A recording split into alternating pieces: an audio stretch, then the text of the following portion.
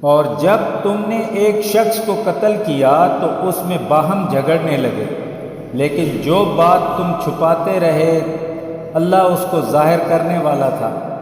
تو ہم نے کہا کہ اس بیل کا کوئی سا ٹکڑا مقتول کو مارو، اس طرح اللہ مردوں کو زندہ کرتا ہے اور تم کو اپنی قدرت کی نشانیاں دکھاتا ہے تاکہ تم سمجھو۔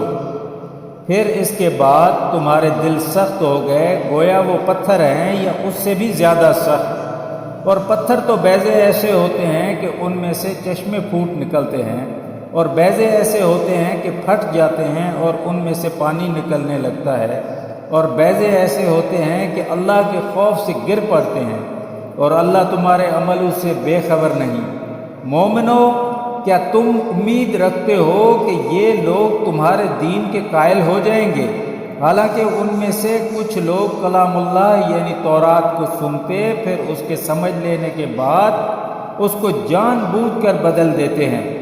اور یہ لوگ جب مومنوں سے ملتے ہیں تو کہتے ہیں ہم ایمان لے آئے ہیں، اور جس وقت آپس میں ایک دوسرے سے ملتے ہیں تو کہتے ہیں جو بات اللہ نے تم پر ظاہر فرمائی ہے وہ تم ان کو اس لیے بتائے دیتے ہو کہ قیامت کے دن اسی کے حوالے سے تمہارے پروردگار کے سامنے تم کو الزام دیں۔ کیا تم سمجھتے نہیں؟ کیا یہ لوگ یہ نہیں جانتے کہ جو کچھ یہ چھپاتے اور جو کچھ ظاہر کرتے ہیں اللہ کو سب معلوم ہے؟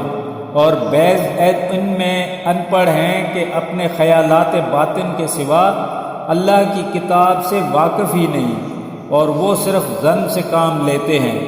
تو ان لوگوں پر افسوس ہے جو اپنے ہاتھ سے تو کتاب لکھتے ہیں اور کہتے یہ ہیں کہ یہ اللہ کے پاس سے آئی ہے تاکہ اس کے عوض تھوڑی سی قیمت یعنی دنیاوی منفعت حاصل کریں۔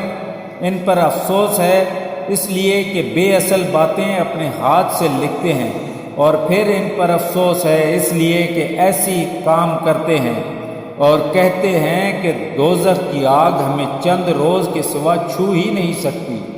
ان سے پوچھو کیا تم نے اللہ سے اقرار لے رکھا ہے کہ اللہ اپنے اقرار کے خلاف نہیں کرے گا؟ نہیں، بلکہ تم اللہ کے بارے میں ایسی باتیں کہتے ہو جن کا تمہیں مطلق علم نہیں۔ ہاں، جو برے کام کرے اور اس کے گناہ ہر طرف سے اسے گھیر لیں تو ایسے لوگ دوزخ میں جانے والے ہیں اور وہ ہمیشہ اس میں جلتے رہیں گے۔ اور جو ایمان لائے اور نیک عمل کریں وہ جنت کے مالک ہوں گے اور ہمیشہ اس میں عیش کرتے رہیں گے۔ صدق اللہ العظیم۔